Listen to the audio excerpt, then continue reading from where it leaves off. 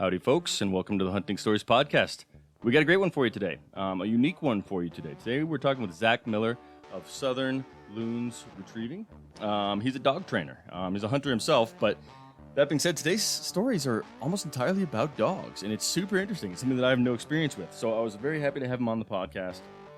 He had some amazing stories about some crazy dogs, and I hope you guys enjoy them. I'm going to try not to steal any of his thunder, so let's just go ahead and kick this thing off.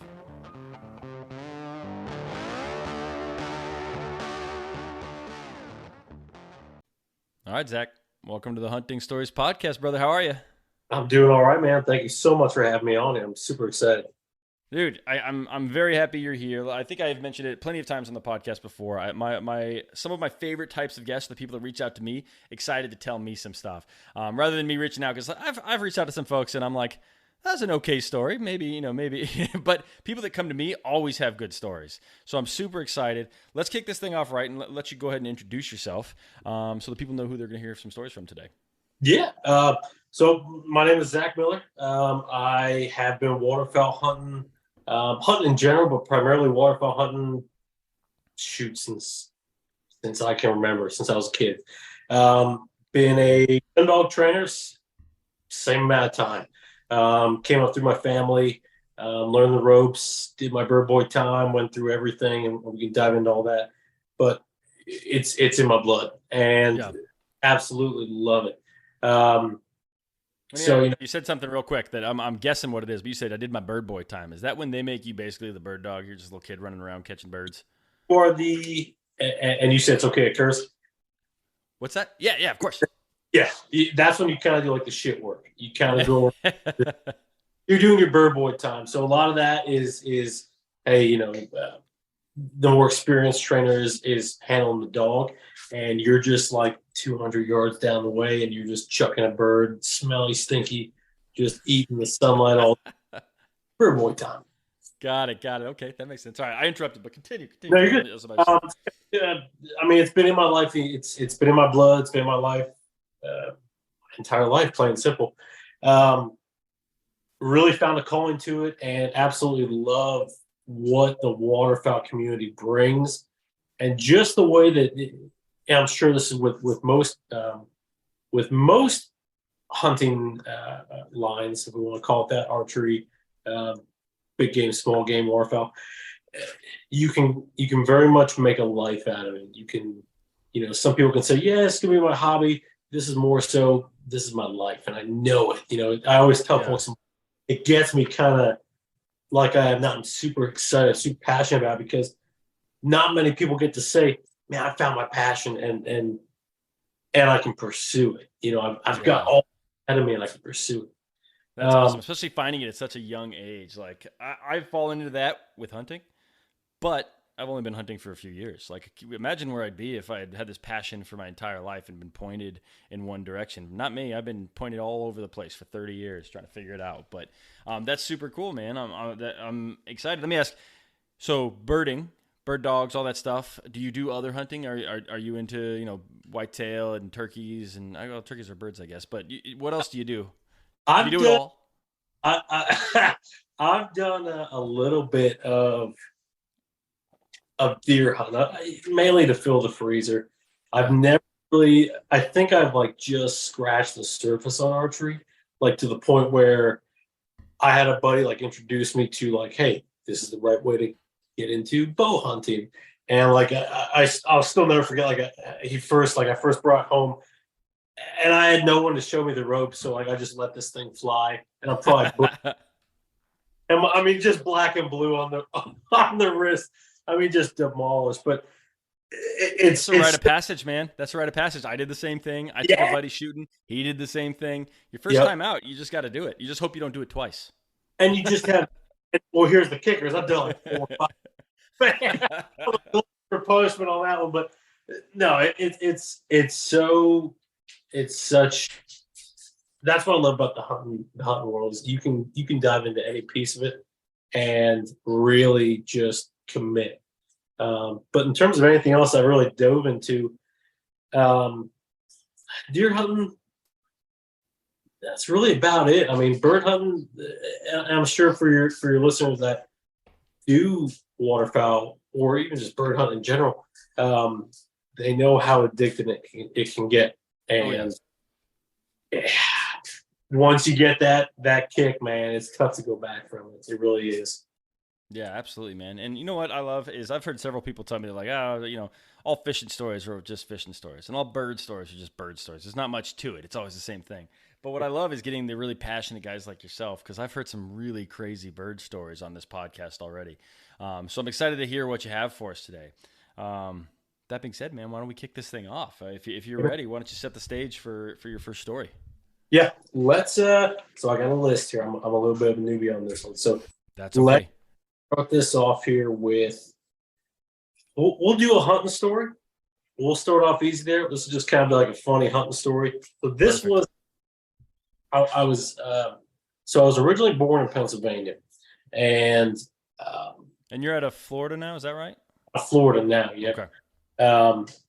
Originally born in Pennsylvania, so I did a lot of my hunting near like the Susquehanna River. Big spot for diver ducks. So it was probably, man, I'd have to say at least January, February. I mean, crazy cold weather. I mean, we were freezing. It was a buddy of mine, Matt, and the two of us, we had to hike down this long trail and didn't have a dog with us this time. It was just the two of us. And, the whole walk down, I mean, we're pretty much like skating on this trail.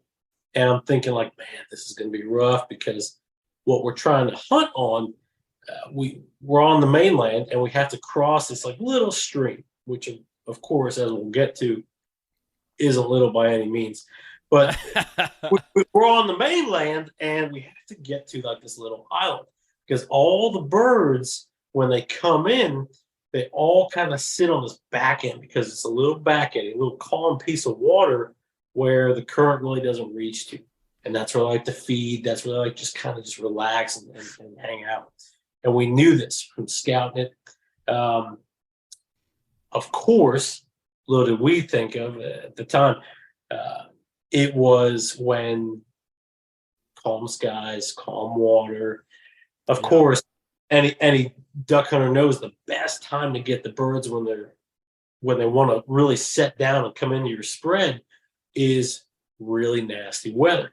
So of course we picked the ugliest day. I mean, like I said, it's probably early February, late January of the Pennsylvania season, and just spitting sleet at us, right? Just ugly weather. And again, it was one of those situations, and anyone will know it, no matter what hunting you do, the second you get out of the truck and you're just like, whoo, like you just kind of get bit by the weather. Yeah. As soon as that happens, you're just like, all right, this is either gonna be a really good hunt or this is gonna be a really good hunt, So this was one of those feelings where I'm like, all right, man, like I've stepped out of the truck for maybe 20 seconds. I'm putting my waders on, and I'm like, man, I've already got frost growing. I had a beard at the time. I was like, I already got frost, on this. I'm like, hey, this is going to be great because we're going to get some birds in here. So like I said, we're down the trail. I mean, there's just ice all over this trail. And anyone who's walked with waders or muck boots knows that they have no traction whatsoever. So we're heading down the trail. Pitch black out, using our headlamps and just spitting weather at us. We get to like where we kind of marked it. Of course, we had like the worst marking symbol ever. It was like two like skinny little sticks that we kind of crossed. And we're like, all right, in the daylight, we're like, this is perfect. Like, we'll never do this. And then of course, we're like, all right, pitch black. It's like there's 5 million sticks over here. I can't see it. So like, I think this is the spot. So to kind of to make the setting here, we're up on this like it was an old railroad trail. So you've got a mountain on one side or sloping ground on one side. You've got the path, and then you've got a sloping decline on the other side, which of course goes to the river, the Susquehanna. And so we are at where we think is our inlet point, and we're like, all right, this is it. even if it's not, let's set in here because we can see this island. It's not a big island, but we can see it. So we're like, all right, at least we're close. Well, fast forward a bit, completely overshot it. So we were not at where we wanted. But at that time in the morning, I mean, both of us were half hungover. We're just like, all right, just it. We're fine. We're both just under 6 foot. We can make it, right? Real cocky in this situation. And so we get down to the water's edge, and keep in mind, public land hunting. So for public land bird hunters, that means you got to carry everything in. You're pretty much packing everything in with you. You don't have a boat. It's your decoy bag is stuffed down with as much as you can. You've got decoys mixed in with, your extra layers of clothing, mixed in with your like ammo, mixed in with like your gummy worms. So you got like all this stuff stuffed into this like mesh bag, praying to God it doesn't get wet. So as you guys can probably tell by this point, it was doomed from the start. I mean, simple, like it was doomed from the start. And now that I'm talking about it, I'm like, man, we were pretty dumb.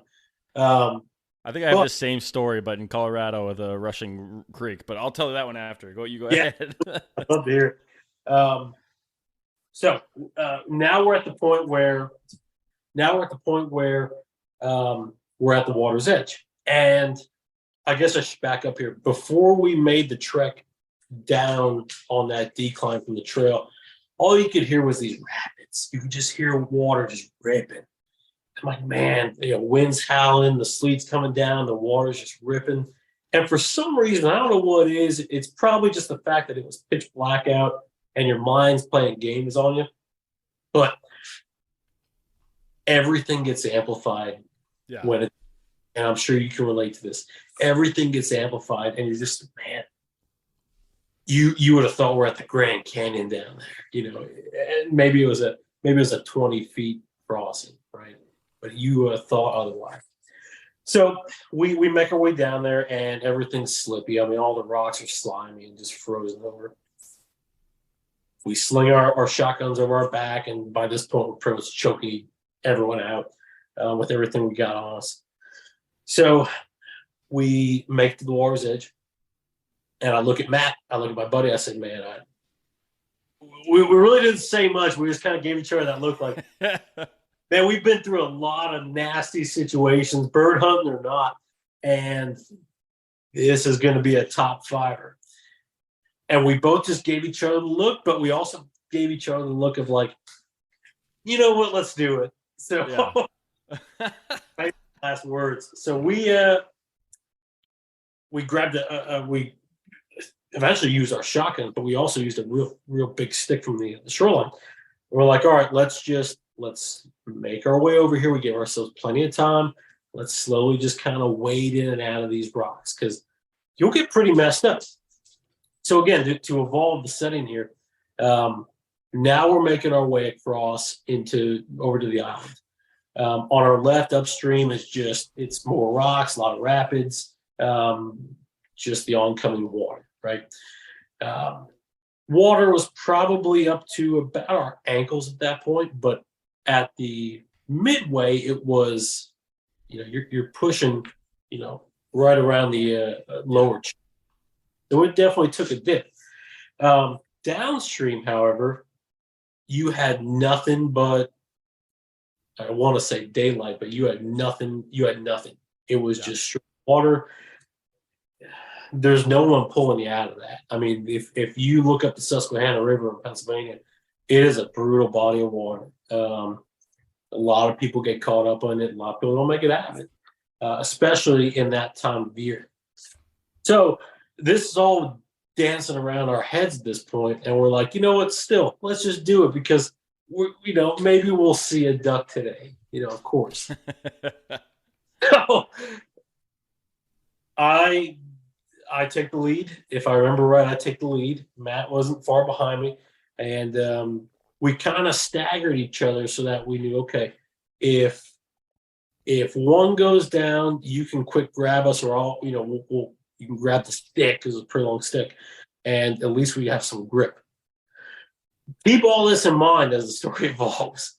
So I'm making my way, and I got my headlamp on. Matt's got a big floodlight that he's holding on to, in addition to a headlamp, making our way across, right? And you can just feel the water just kicking up your feet. And every step you take, it's just slowly creeping under the grooves in your soul and in your. And every step, I swear, it's like the waterfowler's curse or something like that. You're just like, no, I can make it. I can make it, man. I got it. I'm good. One more step.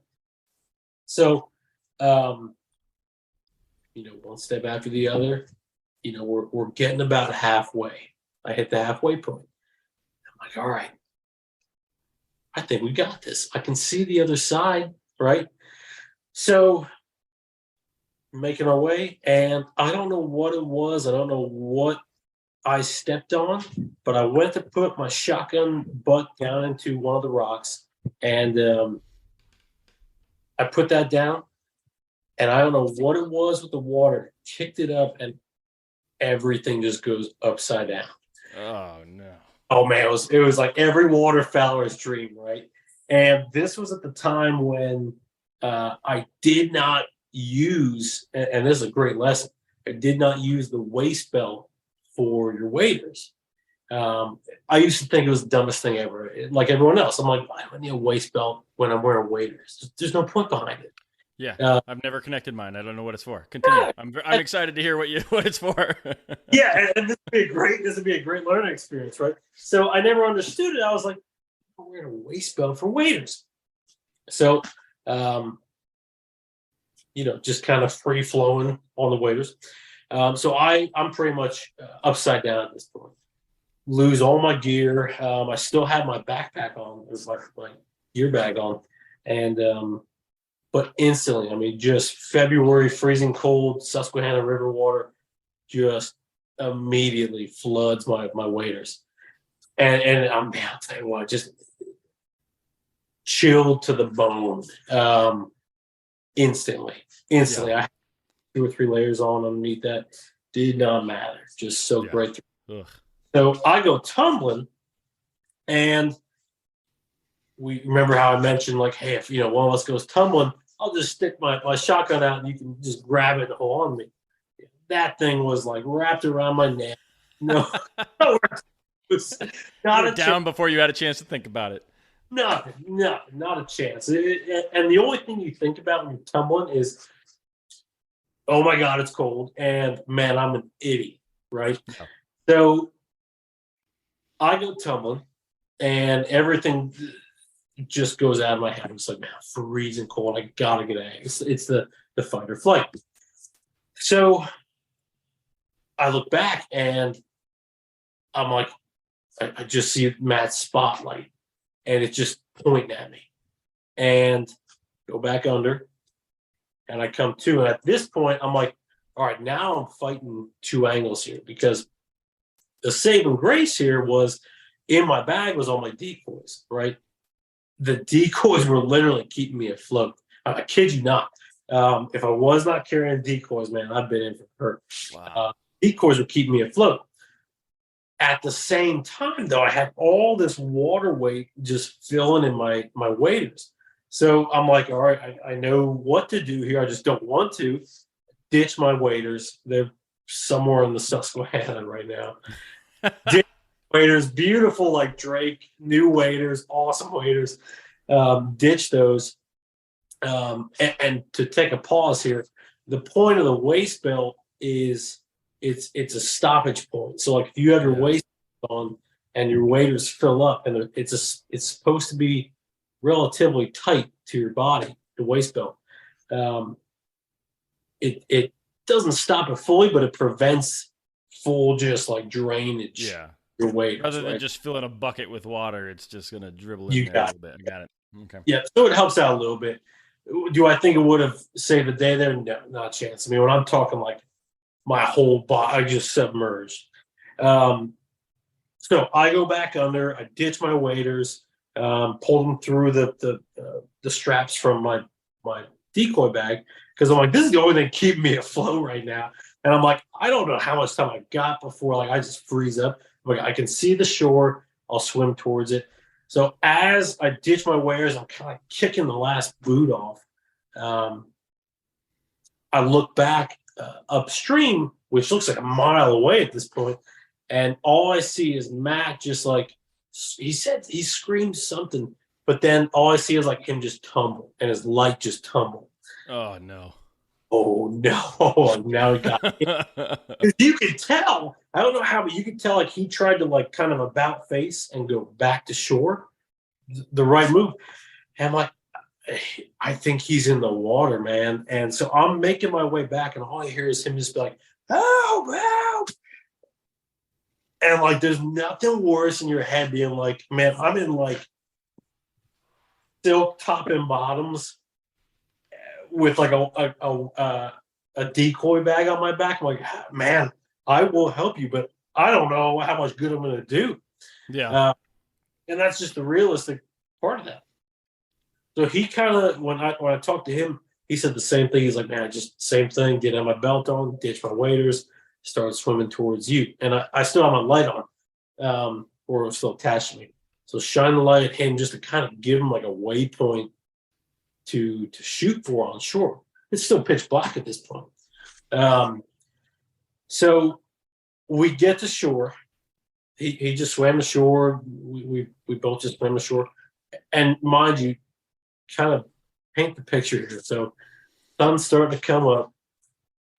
We've got everything pretty much besides our decoy or our waders. His light, his floodlight, like you can picture the big trigger finger lights. That like it was funny, like you couldn't see anything else in the water, but like that must have caught on a rock like at the bottom, and it was just beaming up. It was I still joke. We're like, if we drive across the Susquehanna Bridge now, it's gonna be like there's a beam shooting up now. That's funny, man. You'll never forget that image. So I remember from it, and so we get to the shore, and here's where the story really starts. So we get there, and we're just sitting on like this bank, just shivering, like we're hurting. Yeah. And naturally, and I think every hunter, especially waterfowl hunters, can relate to this next decision. We just sit there and the sun's starting to come up and we look at each other, we're like, you still want to hunt this one out? And me just being an idiot, I'm like, yeah, let's just go sit and see if anything comes in. So I swear to God, we go over, like, not obviously we didn't try crossing because we're down to like bare bones, like long johns at this point.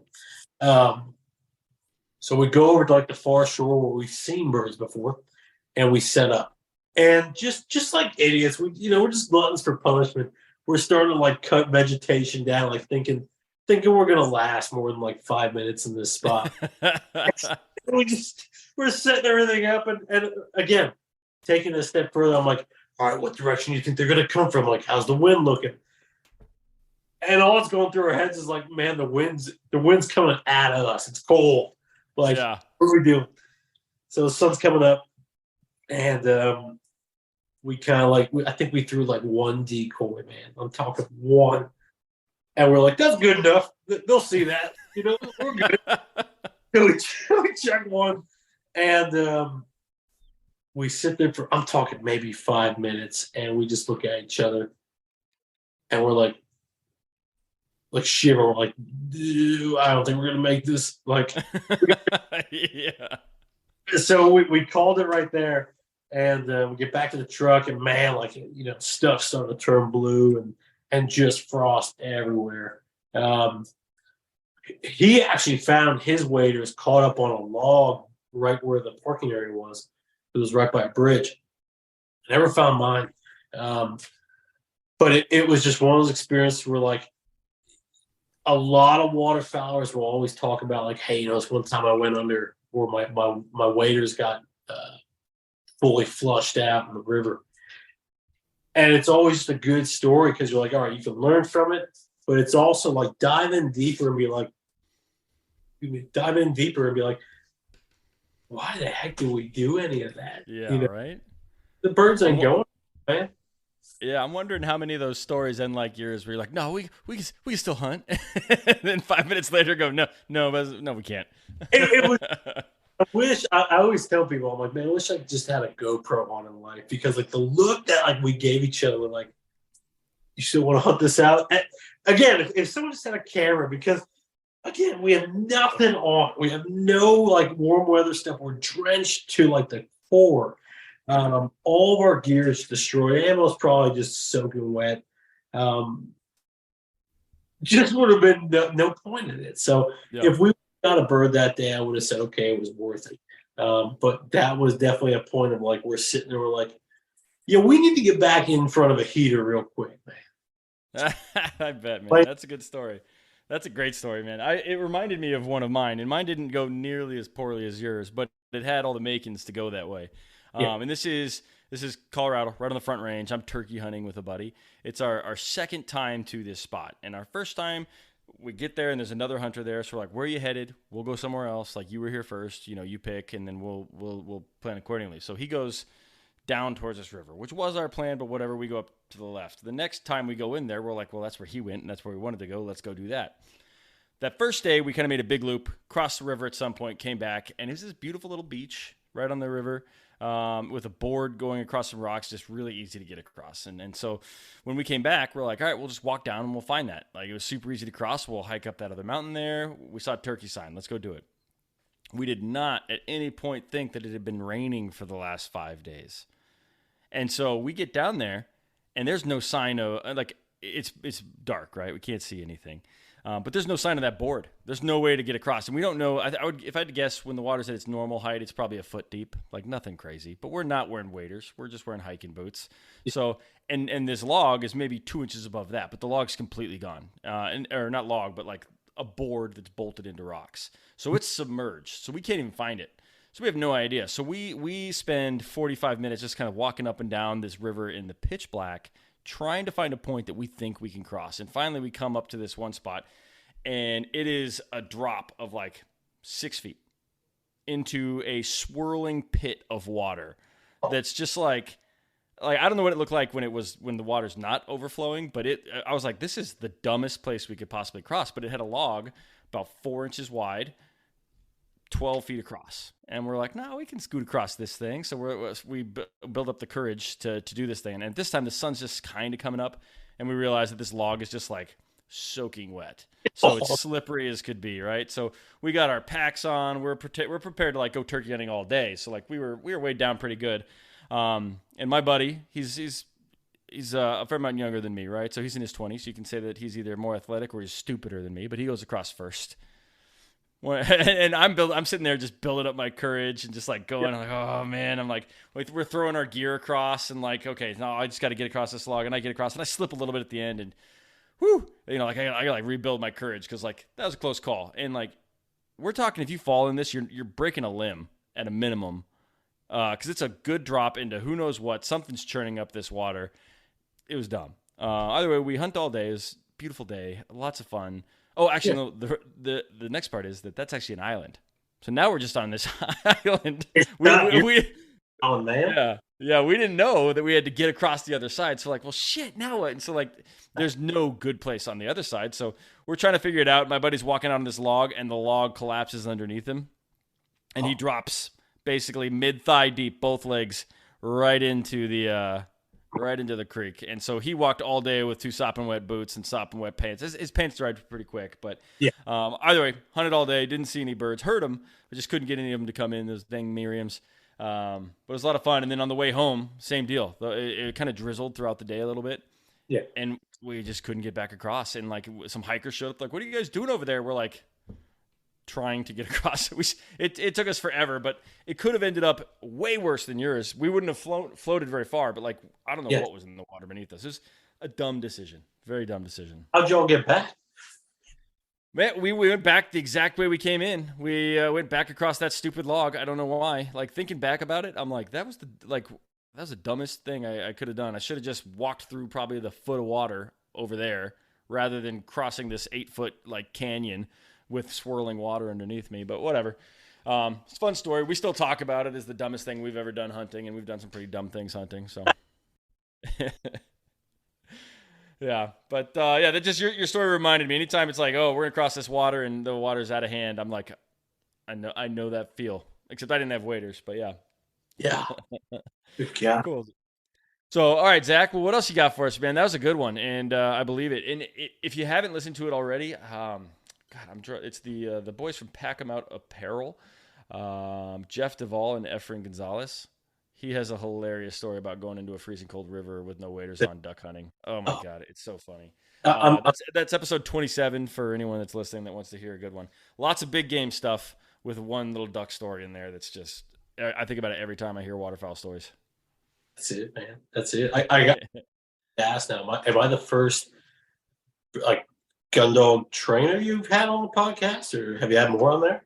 I think you might be the first gun dog trainer. I don't. We've had one other guy that's like real big into waterfowl, Yeah. and his name was Hunter Walton, and I'm not sure if he is a gun dog trainer. I know that he started a full body wader system. They have a full body Yeah. waders. Yeah. Yeah, Yeah. yeah, he's part of that company, and he had some Yeah. awesome stories, some beautiful stories about like ducks doing a goose tornado kind of stuff, like crazy Yeah. things. But I don't think he trains dogs. I got So if he doesn't, you are the first, sir. sweet. Well, I got some good stories for him, man. Well, that'll lead us into the next one. I'm looking at my list here. So I've got. I'll let you take your pick, right? I'll All right. the host pick here, right? Do you want shot in the tail or broken legs Oh for my a goodness, these are such good choices. Well, let's go shot in the tail. Let's go with that shot? one. So this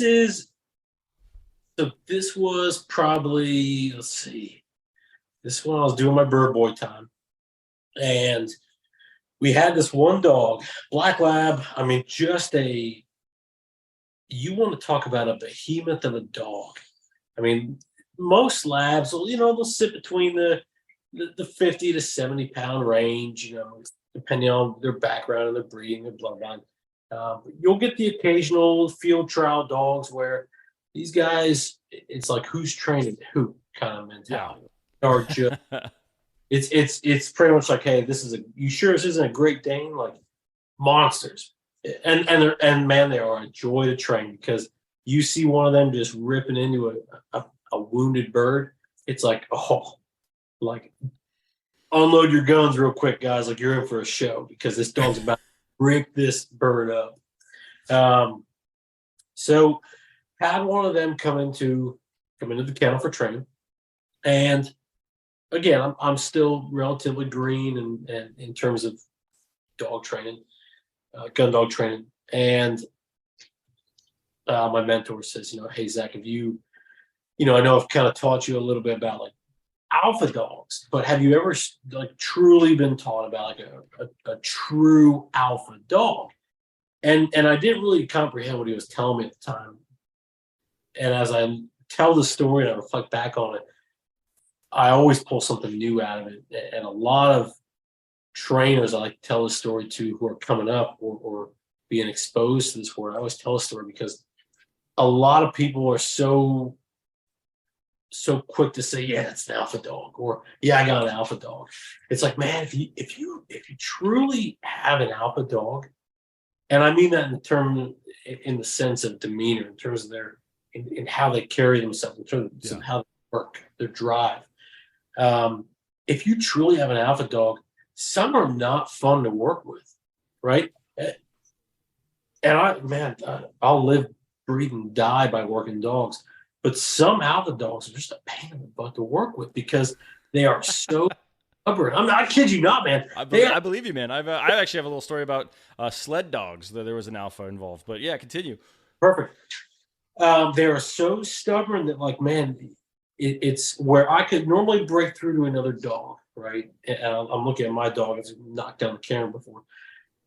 Where I could normally break through to another dog or out stubborn that dog by, hey, I'm going to make you do a certain amount of reps of this. Or, hey, maybe I'll give you a little slap in the butt with a healing stick or something, right?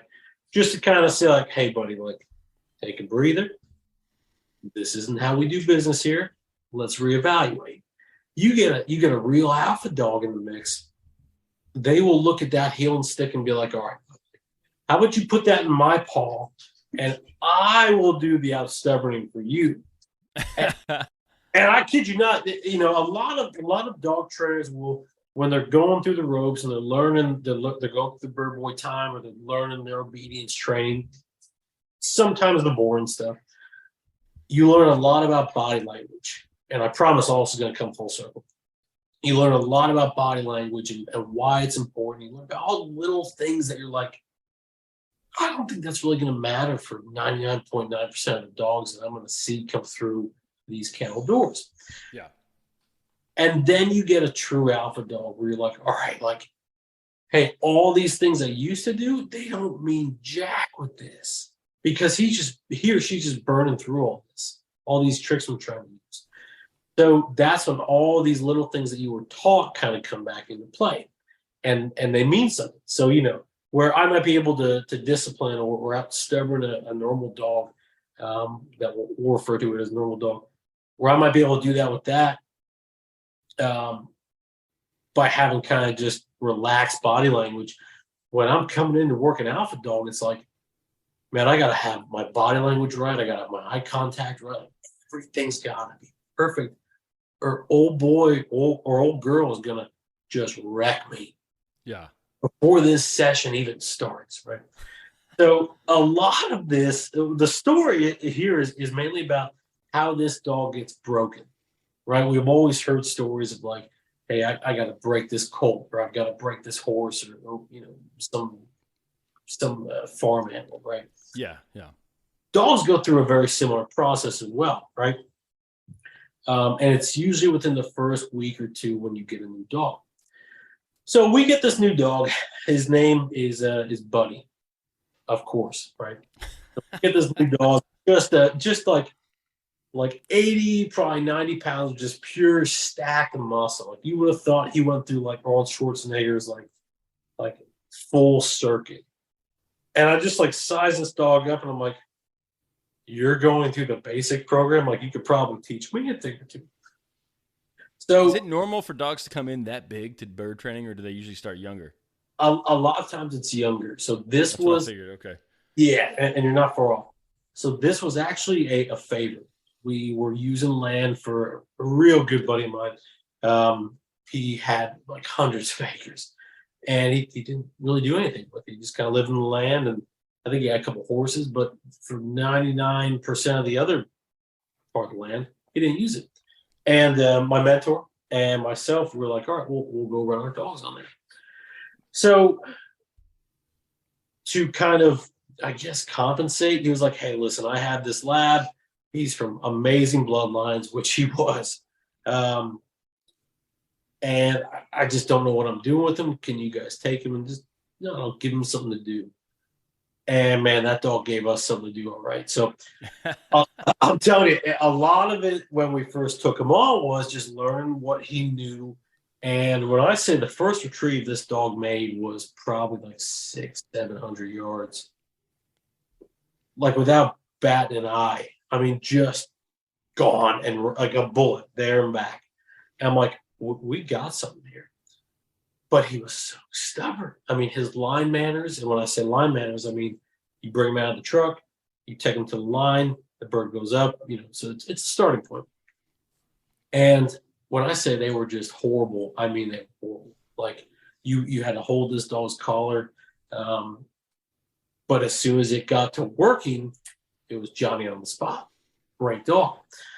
So the biggest thing that I learned out of this whole thing, my mentor brought me over and he's like, hey, Zach, like, listen, again, come full circle here. He goes, remember how we've always talked about a true alpha dog? It's like, Buddy is a true alpha dog. In certain points, he's dumb as a box of rocks, but he is the golden child when it comes to running birds. Yeah, clear. That's plain as day. He's like, but notice how we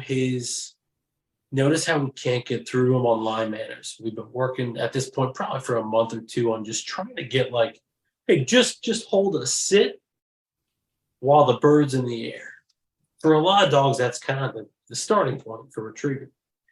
And he just couldn't do it. He wouldn't grasp it. And every time we try to give him a little tap with the healing stick, or just some kind of like marking symbol to say like, hey, that's what I want, or hey, that's what I don't want, he would just blow us off. All he heard.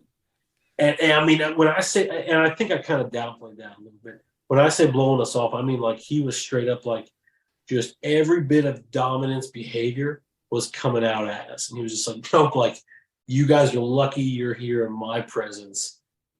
Just don't get in the way of me and that bird. That's how this came across. And it sounds crazy over audio or video, but man, I'll tell you what, I guess for those who know, they know, but it's a real thing to witness. And so my mentor, again, probably a month goes by, he's like, listen, I want to try something with you. He's like, I haven't done it since I was a bird boy. He's like, but this is what was taught to me for how to deal with alpha dogs, extremely stubborn alpha dogs. He's like, the key with them is they've already got everything they need built into them. You just got to break through that initial wall. He's like, once you do that, you've unlocked everything. And I was like, well, how do you do that? He's like, well, we've tried everything on my list to do so. We went through every single step. And I'm like, okay, so what's next? He's like, well, I need you to stick with me on this. And I'm like, all right. That's always a tough starting point, but all right. Yeah. Right. I'm like, okay. Just hold on. We can still hunt this, same story. He's like, we're going to put on some waders. We're going to cross this river over here. You just grab my stick if I fall down. Yeah. So I'm sure over all these stories, you'll see a trend. So we'll kind of tap on that at the end. So he's like, stick with me on this one.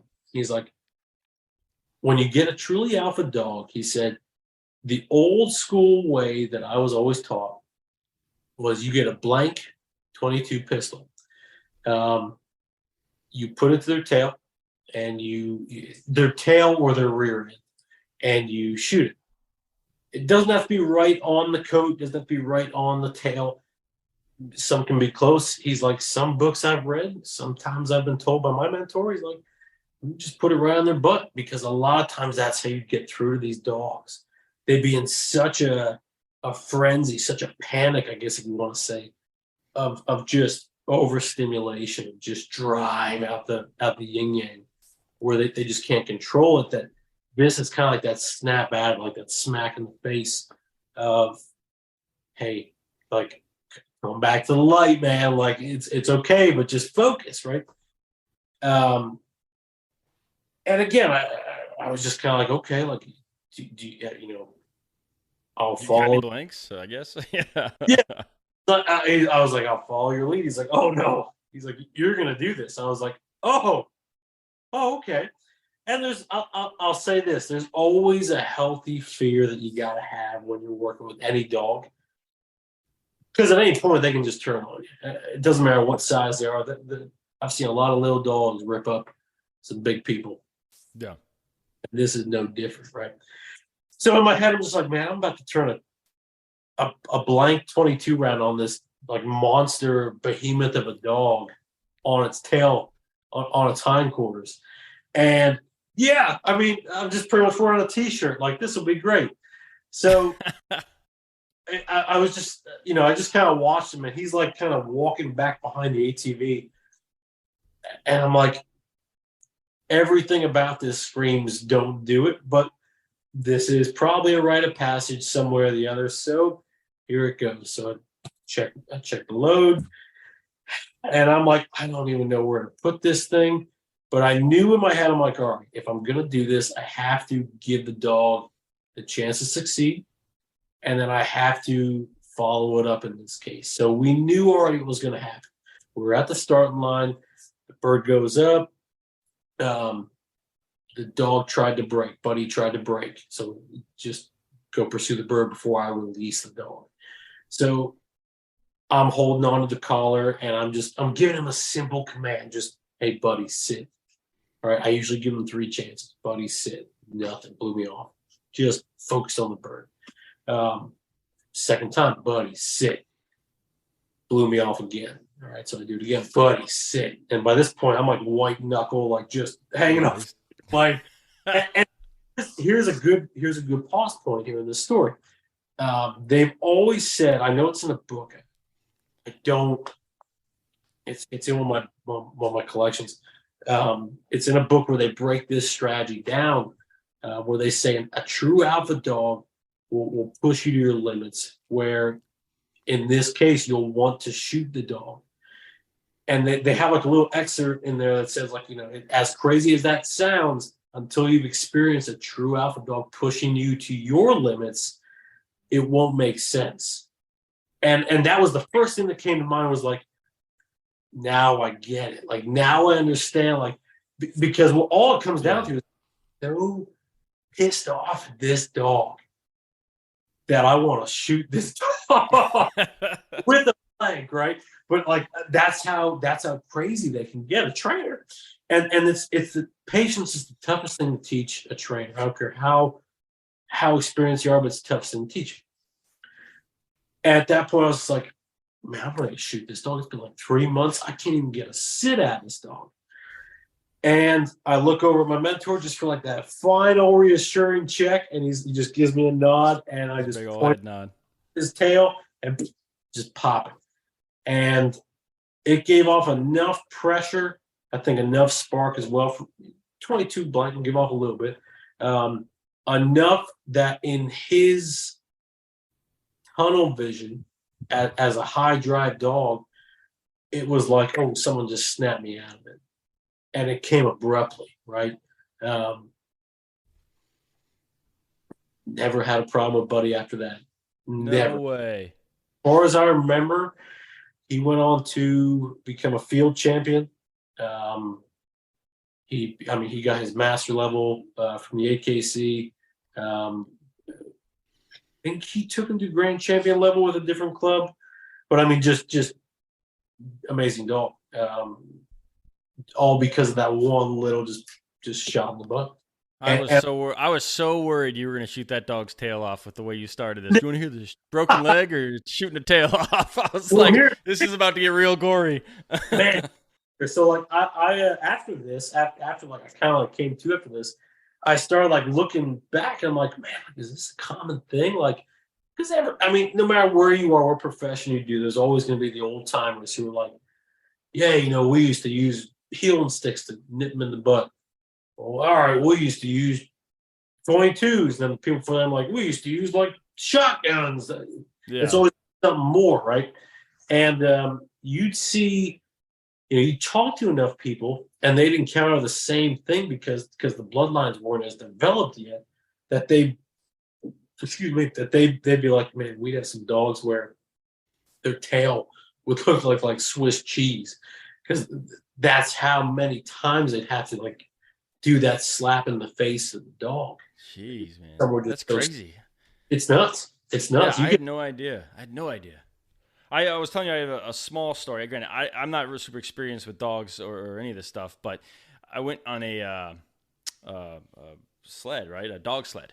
And they had one husky that was just like, you looked at him and you're like, whoa. Like if there's genetic relation to a wolf, that's it right there. Like, he was 3 times the size. A lot of huskies are like skinny, meant for running. This guy just looked like a monster. And they were like, yeah, that's our alpha. He picks when he runs. He's not running today. And I was like, no shit. They're like, he's the best dog we have. Every other dog will do exactly what he tells you, what he does, and when he's willing to listen to us, but he's not listening to us today, so we just got him penned up. Yeah. And they're like, we're getting to the point where he's not listening to us more than he is listening to us, and we're thinking about giving him away. So it falls in line with everything you were saying, but with dog sledding. So it's crazy, man. It's nuts, man. I'm telling you, like a true alpha dog, man.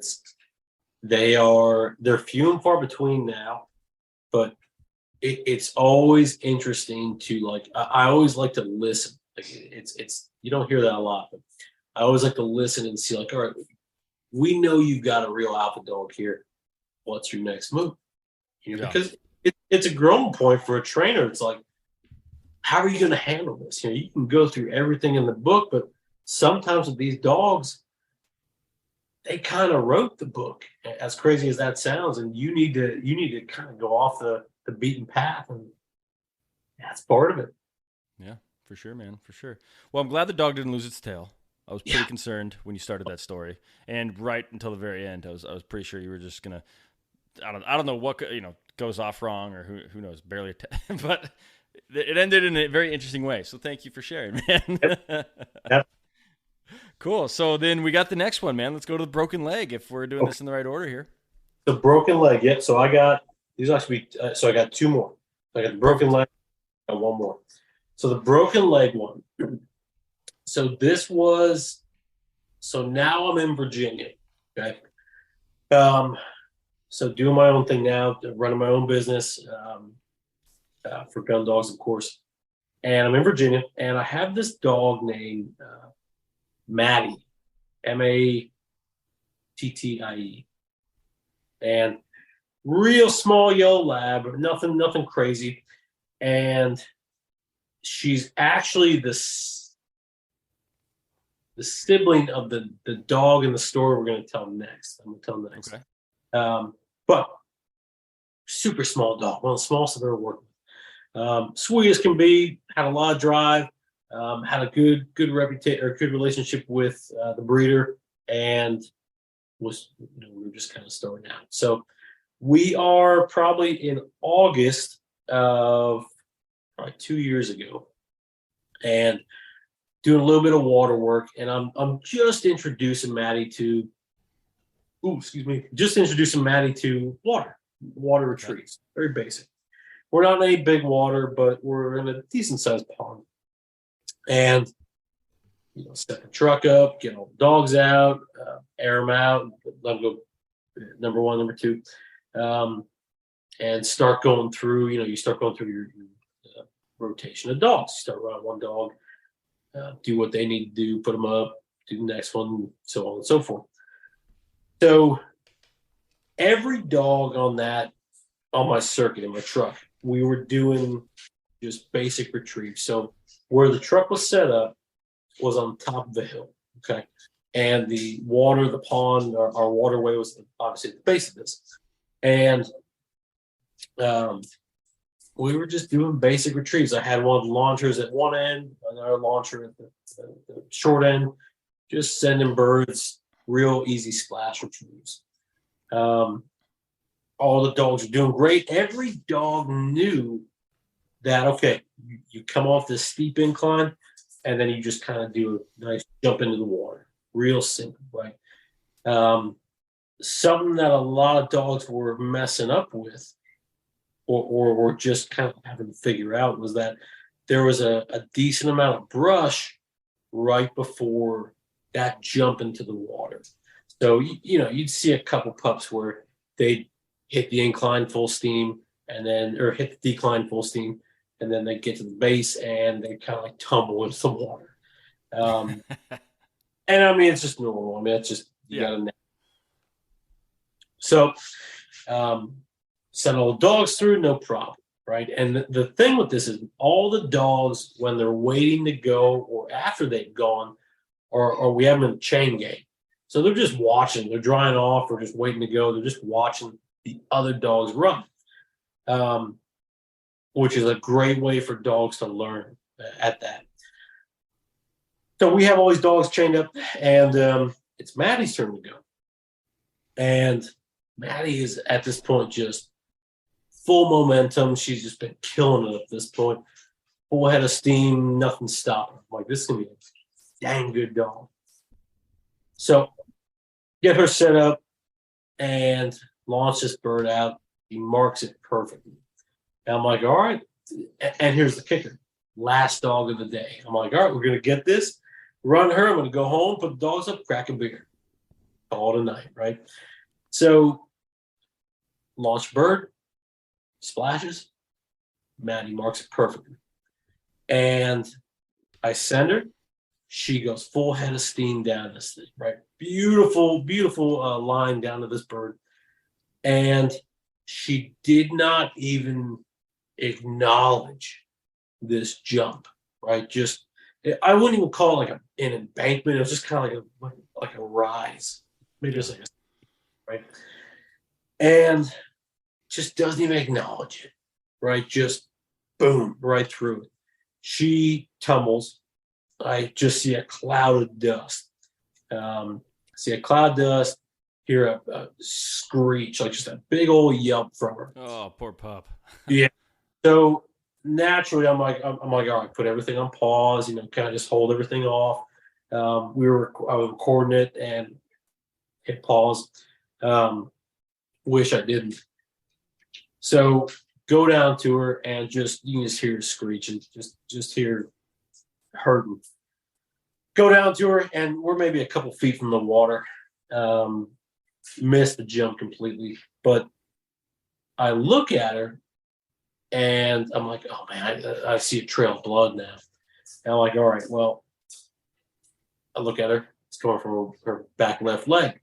I'm like, oh shoot, like that leg's definitely broken or shattered. So I'm getting closer to her, right? This is as I'm closing distance with her. And I see a little bit of like droplets on the other side. I'm like, man, maybe it's coming from her mouth or something. Look over, her other leg is broken. So she's got two back broken legs. Whoa. Right? She's just like army crawling at this point. And this is always where I say, like, this is a testament to true retrieving drive, right? Where you've got a dog who has two back legs that are fully broken, blood coming out, right? Fully broken, and this dog is still driving to this bird. And again, we're not in the water yet, but I'm now I see this, and I know just from running dogs, I'm like, she's not going to be able to swim. If she gets in the water, she's gonna fall right down. So I need to get to her before she gets into the water, before she's wet. And this is maybe only a couple yards away. So I get to her, and like you said, I only had like ankle boots on. Get to her, and I go to grab her, trying to grab her up by like her chest area, so I don't go near the broken part. And I go to grab her, and she's still driving in this water, and the bird it's in the water, just still making ripples. And I go to grab her, and she barks. I've never heard this dog bark before. And I'm like, all right, I just hurt, and I probably just grabbed her. I got to get her out of here. So at that point, I kind of get like a tighter grip on her, just to grab her. Yeah. She turns and bites my wrist. And I was like, I've never had this dog turn on me. Like, this dog is the sweetest dog I've known. And at this point, I'm kind of just like taken back, like, what just happened? Like, did that dog just bite me because of this? So I go to grab her again, and she kind of does the same thing. But at this point, she's essentially dragging me into the water. And I'm like, man, if this isn't like in my head, I'm like, if this isn't a testament to her drive, I don't know what is, because I don't know if it was something that was inside of her that was like, man, this is going to be my last retrieve ever, which, as far as I know, it was. This is going to be my last retrieve, period. I got to do it. So every trainer carries like a small bumper in like their back pocket or their vest or their bag, whatever they're wearing that day. We call it our fun bumper. So dog does something good, you whip it out and throw it. It's just a little reward. Yeah. I don't think I'm pulling this dog out of this, this shallow area of water without her getting this retrieve, at least not without getting bit again. So I quick just kind of throw this thing like an inch in front of her and let her get it. And she grabs onto it, and she goes back to being, tail still wagging. She goes back to being happy Maddie. She just wanted to complete the retrieve. And in my head, I'm just like, screaming. I'm like, what I just witnessed? Get her back to the truck, get the aid kit, splinter her up as best I can. I mean, these things are just dangling, the feet, just dangling. And, at that point, the closest vet was probably like an hour or so away. So I just, I picture it like I'm the only one working that day. I'm like, I got to put all these dogs in the truck. I got like 10 something dogs. I put them all in the truck. I'm throwing like all my gear. I've left a lot of my gear out there. Um, throw all the gear that was close back into the truck, just all haphazardly. And I splint her up as best I can and wrap her up as best I can. Um, and iodine all the open spots. And I place her in the back of the pickup. Not in the bed, but in the cab. Gotcha. And I'm just like, man, just hang on. Like, I'm telling you, there's nothing worse than like driving there and being like, I can't do anything else for you. Like, I have like 40 minutes to go. Just hang in. I was like, I got nothing I can do. I got nothing. I can't stop because if I stop, it's just going to kill time. So a lot of it was just me, like, look, kind of tilting my rear view back and like checking down. I'm like, hey, just hang in there, like, just relax.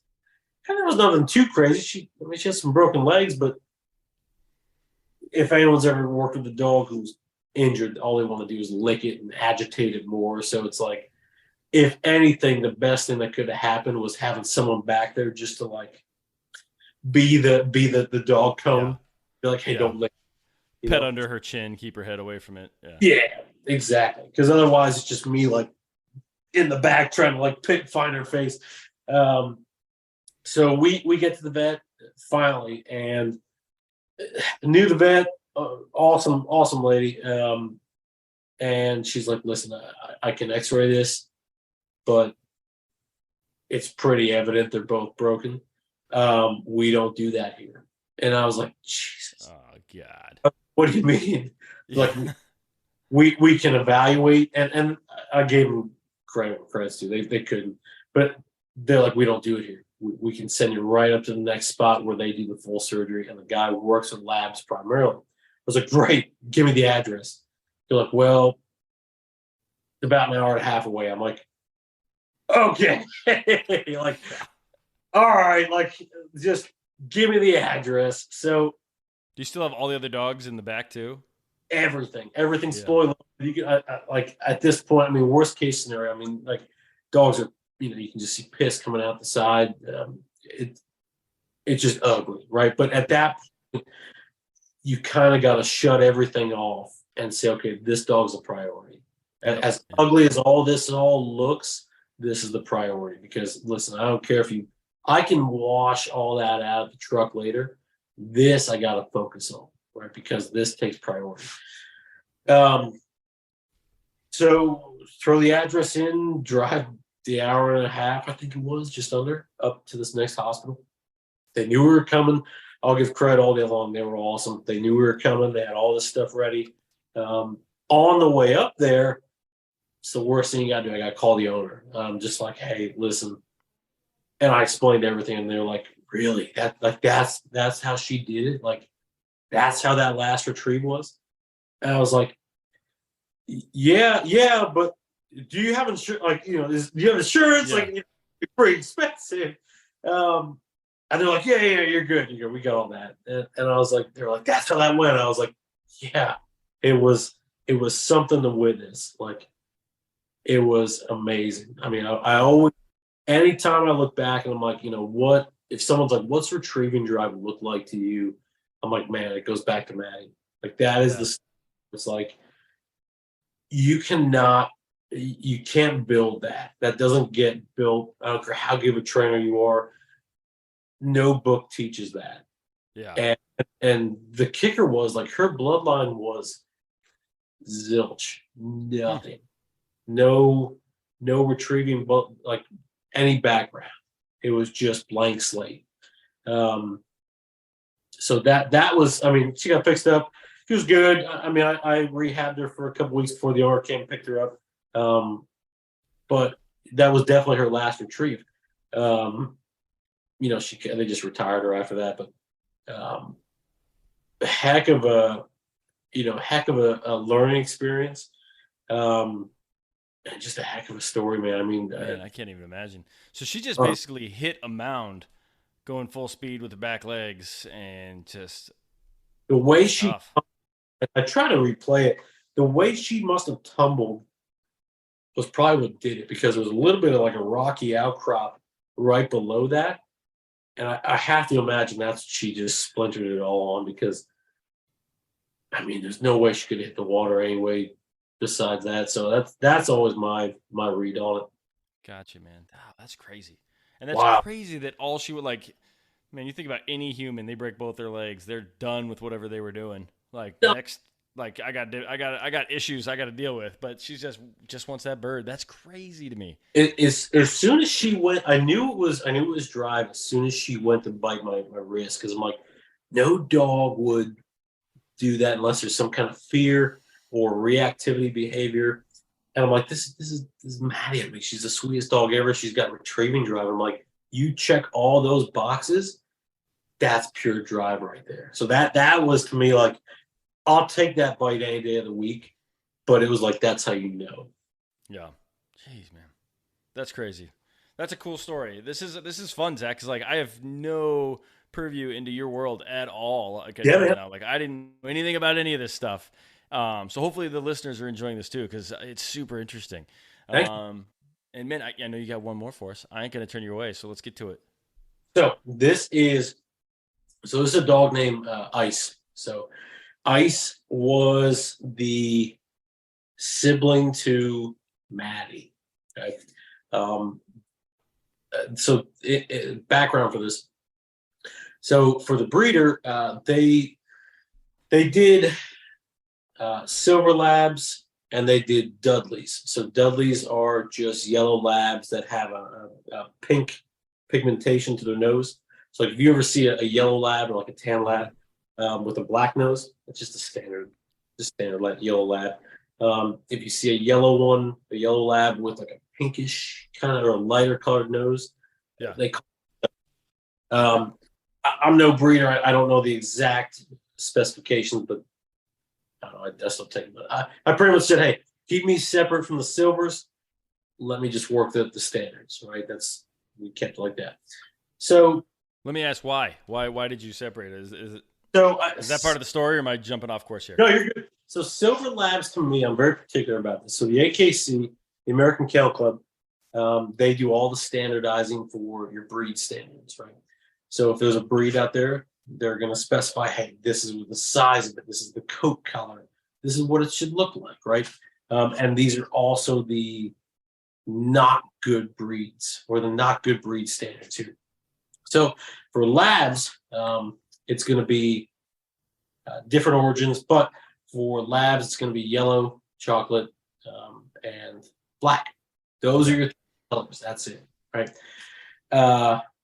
Silvers, your grayish kind of labs. I'll call them labs, but they're not. They're kind of just like they're just not accepted. They're not recognized. They get a bad rep, Gotcha. genetic issues. I'll say this: I have seen a few good silvers, but they're just they don't belong. Good dogs. I'll add that stipulation. Good dogs. They make great dogs, but don't intertwine them with the competition or the hunting. Got it. Uh, Okay, interesting. My wife yeah, really wants a silver lab, so I was like, "Oh, I yeah, want to hear why." yeah. Go ahead. Dogs, gorgeous dogs, but man, they're just it's unfortunately a black eye for that side of the community. So, and here's the kicker: is you go and buy a silver lab for like 4 or 5 grand, and you're going to be just riddled with health issues. But then you go Okay. beautiful standardized lab with great bloodlines. You're going to pay probably the same price, but you're getting what you pay for. Where you get the silver, it's like you're just getting a designer breed. Huh. Interesting. That's, Okay, that's good information. I'll share that with my wife. Maybe I'll end up with yeah. a yellow lab instead of silver. Oh God, we will go down. That's a story for another time. Um, they so ice. So ice is sent to us, and for this breeder, very not standoffish, but they didn't know. So there's a lot of back and forth between myself and the breeder, and she was just like, "Listen, I normally don't, I don't hunt. I don't know anything about hunting lines, but I want to get into it, and I want to start getting some of these dogs titled." A lot of breeders will do that where because it helps them sell the dogs more. They can increase their pricing if they want to. It's nice to have a title behind, hey, I'm selling this dog and it's coming from this litter. So I was like, sure, that's totally what we can do. We can get a couple titles behind it. And I said, send me what you got. I said, send me any, bloodline, any kind of lineage you got. So I get this thing. And normally you get lineage from a dog and you have a couple titles here and there, just some kind of hunting background. Man, when I tell you this thing was the blankest of blank slates, I'm talking like there's just nothing. There was nothing. I'm like, okay, like I'm still going to take it, but okay, like this is going to be, I was like, listen, I don't buy a lot into the whole lineage thing. I said, it helps. It certainly does. It makes a difference. It ain't going to hurt. Yeah. I'm not going to define a dog on, hey, it looks good on paper. So bring dog in again, sweet dog, very nice dog, no issues. We run through obedience, no issues. And this dog ended up being such a pleasure to work with. I mean, there's nothing really crazy about this story, just in the fact that it's a success story, right? So here's this dog, right, that was such a pleasure to work through. Got through its first test, and I remember the joy of like just it was just a junior level test. So a junior, you have 3 levels of testing: junior, senior, master within the AKC hunt testing realm. Junior for most dogs is a fairly simple test. And I remember just getting that ribbon. And I'm like, man, I've had plenty of these ribbons before, but there was some about this one and just sending that picture back to the breeder where she was making me nervous. I'm like, man, I remember getting like right before the starting line, I was like, why am I so nervous? But like, it's a junior test. Like, why am I so about it? You would get me so nervous. I'm like, this dog's gonna do fine. But this breeder was so bent out of shape. She's like, man, maybe it's so waste of money, it's a waste of time, like everything under the sun. And I was like, listen, if the dog doesn't pass, we'll come back and do it again. If the dog does, then it does. It's plain and simple. It's gonna be what it's gonna be. And so ran the test. And when we started the test, the conditions were just garbage. So like super high, they did not cut the grass, so super high terrain, pouring just spitting rain on us. And I'm like, man, maybe they're gonna call this test. Nope, they ran it. And we were like number 2 on the running order to go. And I remember getting the starting line. I'm like, man, this bird's gonna drop right in the middle of this thicket, and she's just gonna get lost. Because I'm like, man, if there's one thing we did not train for, it's running through thickets. And to be honest, man, you never really see it a lot in tests. But I mean, I'll throw myself under the bus. We just didn't train for it. So lo and behold, where does it land? Right in the thicket. So it's got the pup has to release from a heel from my side, cross a road, which is a tough obstacle for a dog. It sounds crazy, but crossing a road will typically throw the dog off, right? In terms of like dirt road, asphalt road, or doesn't matter.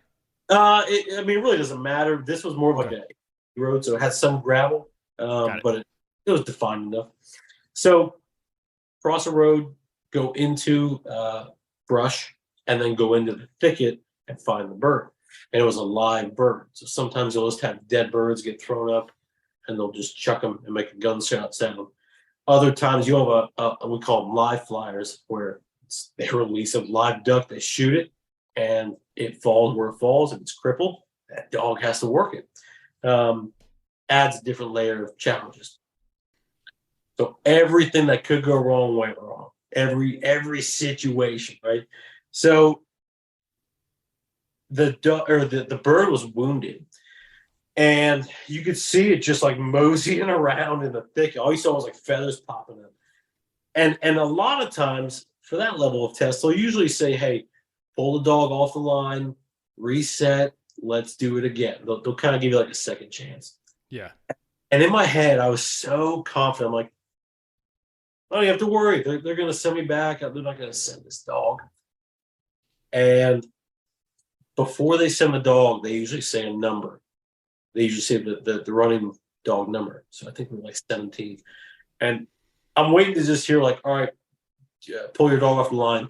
And all I hear is like 17. And I'm like, oh shit, here we go. And I was just like, well, good luck. Send the dog. And man, bullet train. Absolute bullet train. Right to it. Did not care about the road, did not care about the brush, went right through this thicket, pile drives this bird. It pecks Ice in the face, and you could tell she just got pissed. So she kind of like, dude, and it was beautiful to watch. You just saw like the dog kind of like shake it off and it just goes right back in. Some dogs will kind of shy away from it, and it kind of imprints them for the rest of their life. Ice was just like, nope, we're going back in. Takes this thing, just gives it a good shake, which some people don't think is favorable, but gave it a good shake. Came back right to the heel. And I'll never forget the judge who was taking the bird from me. She goes, we didn't think that was going to happen. And I was like, you're not the only one, man. Great. I mean, pulled the dog off, got the picture, sent it to the owner, or the breeder. Was just, I mean, she called me, she was crying, and it's such a good feeling. Like that's such a good feeling.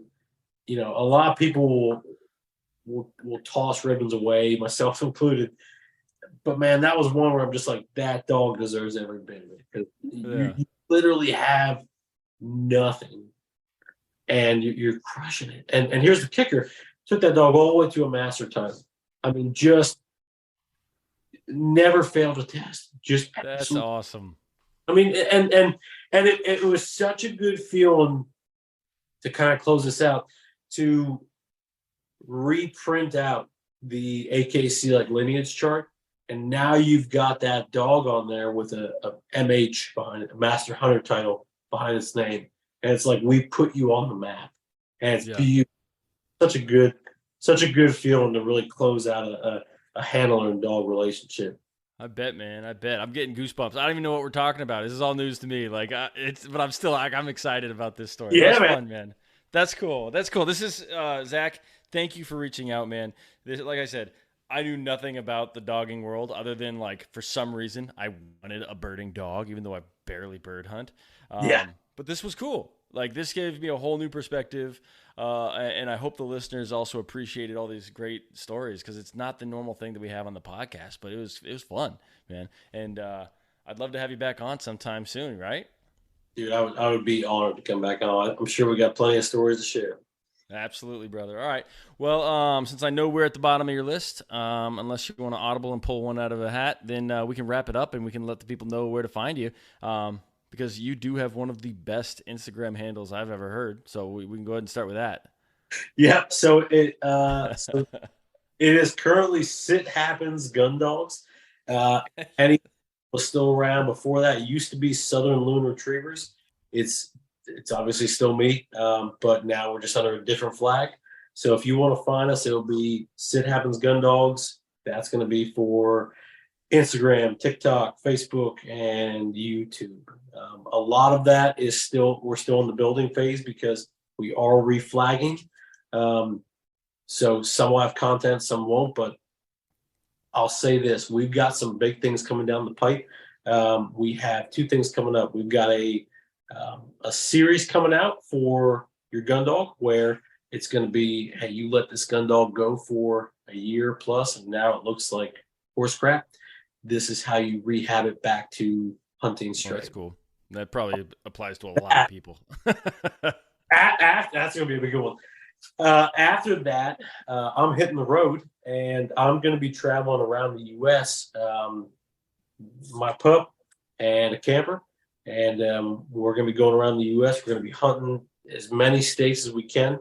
and we're going to be telling the stories of the gun dogs that we find in each location. So I would say it's kind of an open invite for you as well, or for any of your listeners that if they kind of want to get on that, reach out to me or reach out to you, because we're trying to fill the map with people. So that's going to be amazing our series, and we're gonna let that thing fly, man. So if anyone's interested in being on that, I'm all for it. That's cool, man. That's cool. I have two. I'll talk to you about them. I don't want to mention them on the podcast because they may or may not happen. But we'll start some threads here. But that's awesome, man. I'll make sure to put links to all that stuff in the show notes. Again, like Zach said, if you're interested in connecting with him and being a part of that Hunting Roadshow, I guess is what we'll call it for now, unless you have a more formal title for it, reach out to me or Zach, and I'll connect you with them. And man, thank you. This was fun. This was a lot of fun, man. Thank you so much. This is an honor. I'm looking forward to a new one. All right, guys, that's it. Another couple stories in the books. I want to thank Zach, of course, for coming on the podcast. It was super fun to chat with him and hear some dog stories, something that I've always been curious about. Always wanted a hunting dog. Why, I don't know. I've got no use for one, but hopefully at some point in the future I do. Either way, they were great stories. Again, some sad, some happy, some funny, all over the place. But Zach, thank you again for your time, man. I really do appreciate it. Now, that being said, guys, make sure you get out there and follow, follow us both on Instagram. Southern Loon Retrievers Ellie is ours. Make sure you get out there and share the podcast as well, guys. And if you need links to anything, it's all going to be in the show notes. So just go ahead and look down there. You can find Zach nice and easy, and you connect with us. But thank you again, guys, for tuning in. I really do appreciate it. Now get out there and make some stories of your own.